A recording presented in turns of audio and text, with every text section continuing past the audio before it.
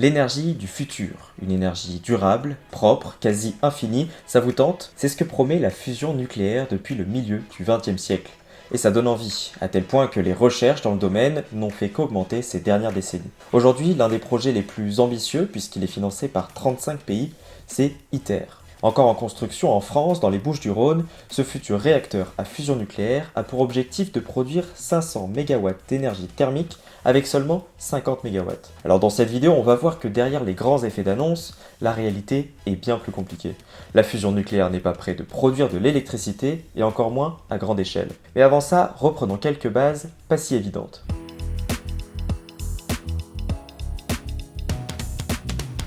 Aujourd'hui, les réacteurs nucléaires utilisent la fission, c'est-à-dire le fait de scinder en deux un atome pour produire de l'énergie. La fusion, c'est l'inverse. Faire fusionner deux atomes libère également de l'énergie. Il y a plusieurs façons de faire fusionner deux atomes. La plus ancienne, c'est celle qui consiste à faire chauffer un plasma à plus de 150 millions de degrés. À titre de comparaison, la température du Soleil, qui est ni plus ni moins qu'une boule de plasma, est de 15 millions de degrés. Mais les lois de la physique ne sont pas les mêmes sur Terre, d'où cette différence nécessaire. Une fois arrivé à cette température de 150 millions de degrés, la fusion peut alors opérer entre deux atomes. Mais pas n'importe quels atomes. Dans ITER, c'est du deutérium et du tritium qui vont fusionner. Le deutérium et le tritium, ce sont des isotopes, c'est-à-dire des variantes de l'hydrogène. Maintenant que les bases sont posées, entrons dans le vif du sujet.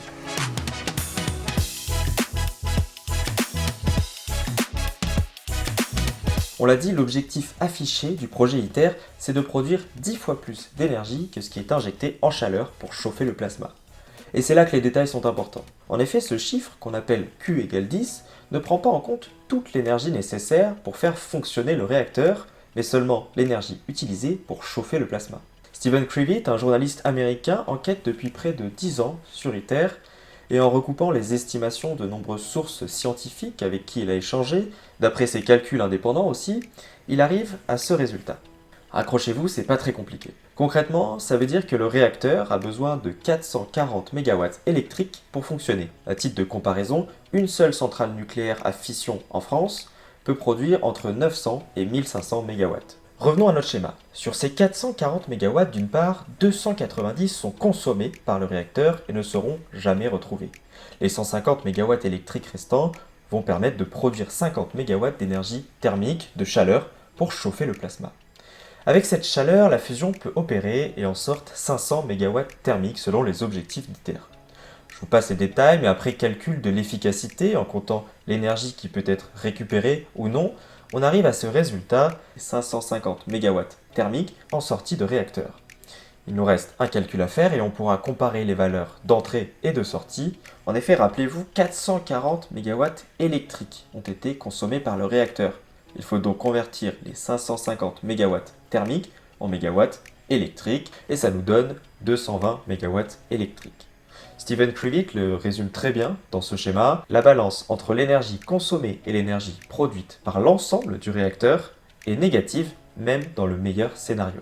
Alors ça semble assez fou de se dire qu'un tel projet ne produira jamais d'énergie positive. Alors avec Simon Martin, on s'est rendu sur le site d'ITER.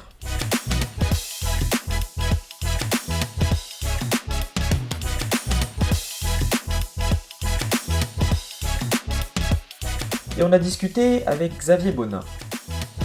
Xavier Bonin, c'est un physicien des plasmas qui travaille depuis 8 ans sur ITER.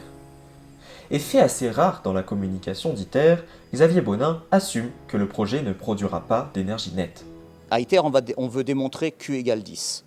Ça, c'est quand on regarde le bilan d'énergie au niveau du plasma lui-même. Si on regarde le bilan d'énergie au niveau de l'ensemble de l'installation, où il faut tenir compte de l'énergie que ça nous coûte pour créer le champ magnétique, pour refroidir les aimants et tous les autres systèmes qu'on doit avoir autour, pour que ça produise vraiment de l'électricité au total, il faut un Q d'à peu près 50. Et quand je vous dis que c'est assez exceptionnel d'avoir une telle réponse d'ITER, ce n'est pas pour rien. Jusqu'au 28 octobre 2022, on pouvait retrouver en page d'accueil du site d'ITER cette phrase. ITER sera la première installation à produire une énergie nette. Produire une énergie nette, ça veut dire que la production finale d'énergie est au moins égale à la consommation du réacteur. Ce qui, comme on l'a vu avec le schéma juste avant, ce ne sera pas possible avec ITER. Alors j'ai demandé à Xavier Bonin ce qu'il pensait de la phrase qu'on pouvait retrouver sur le site de l'organisation, et voici sa réponse sans montage. Elle est fausse. Elle est fausse parce que, enfin, le plasma produira plus d'énergie que l'énergie que l'on y injecte. Mais comme je vous ai dit, si on considère l'ensemble de l'énergie qui est nécessaire pour faire fonctionner la machine, donc pas juste l'énergie qui est injectée dans le plasma, mais toute l'énergie qui est nécessaire pour pouvoir injecter cette énergie et pour pouvoir maintenir le plasma, à ce moment-là, il y a un facteur 5 supplémentaire à peu près. Donc il faut passer de Q égale 10 à Q égale 50 pour avoir une énergie nette positive. On sent que la question nous dérange un peu. Et c'est pas pour rien. Non seulement ITER a laissé une affirmation erronée pendant près de 7 ans sur son site, mais en plus, l'ancien directeur d'ITER lui-même, Bernard Bigot, a affirmé en 2021 devant le Sénat français qu'ITER produirait de l'énergie nette. J'ai effectivement tout un système de consommation d'énergie. Donc, in fine, actuellement, le rendement sera entre 3 et 5. 3 et 5. Je crois qu'il est établi, du point de vue de la physique, que le facteur 10 est atteignable avec ITER.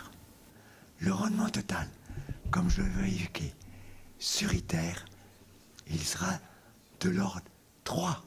3. Je produirai 3 fois plus d'énergie que j'en consommerai globalement.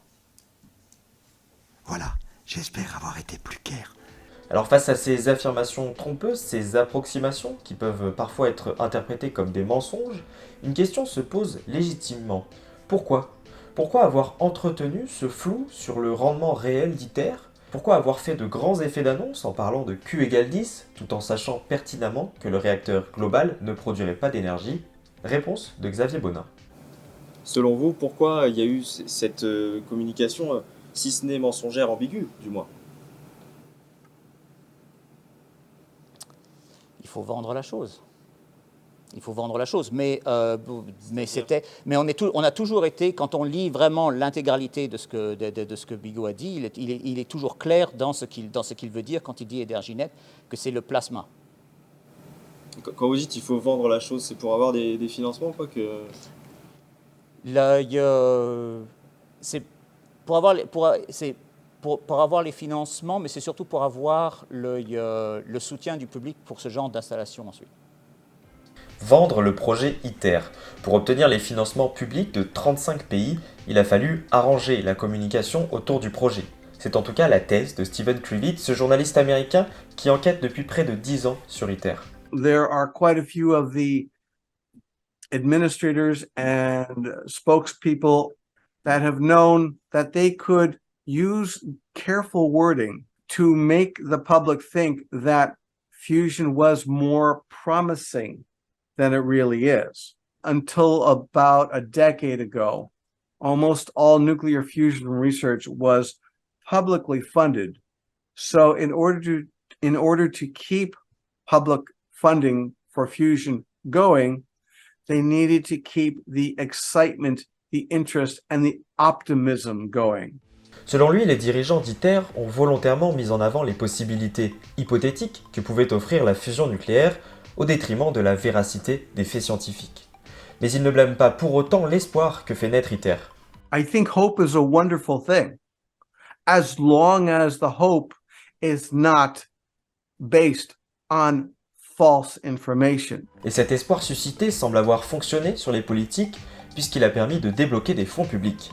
En 2001, le coût total des travaux de construction était estimé à 4,5 milliards d'euros. Aujourd'hui, ce montant s'élèverait à 44 milliards d'euros. C'est 10 fois plus. Et pour info, l'Union européenne, la France et la région Sud financent à hauteur de 20 milliards d'euros le projet ITER. Cette augmentation du financement public d'ITER, c'est un choix politique, celui d'investir dans le nucléaire. Alors pour les anti-nucléaires, c'est une aberration de plus.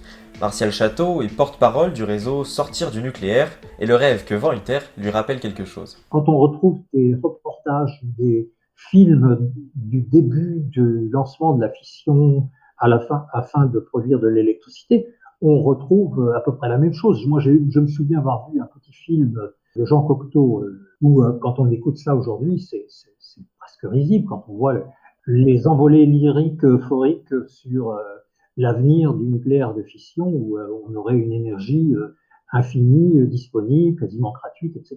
Quand on compare avec le discours sur ITER, on retrouve à peu près les mêmes élans complètement fous des années 50.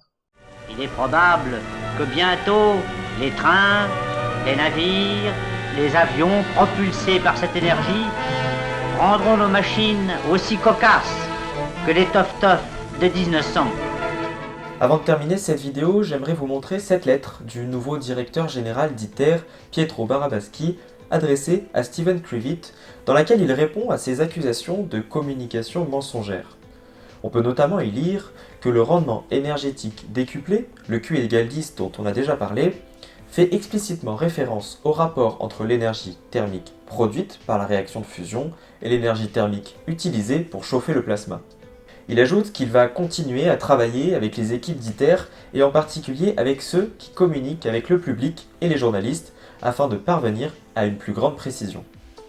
C'est là-dessus que se termine la première vidéo d'enquête sur ITER et la fusion nucléaire. J'ai découpé mon enquête en 2 parties pour pas trop vous perdre et aborder ici seulement les enjeux de communication, de politique et d'économie qui entourent le projet. Dans une prochaine vidéo, on verra les enjeux techniques et les dangers sur le corps humain que soulève la fusion nucléaire. D'ici là, n'hésitez pas à vous abonner et moi je vous dis à bientôt.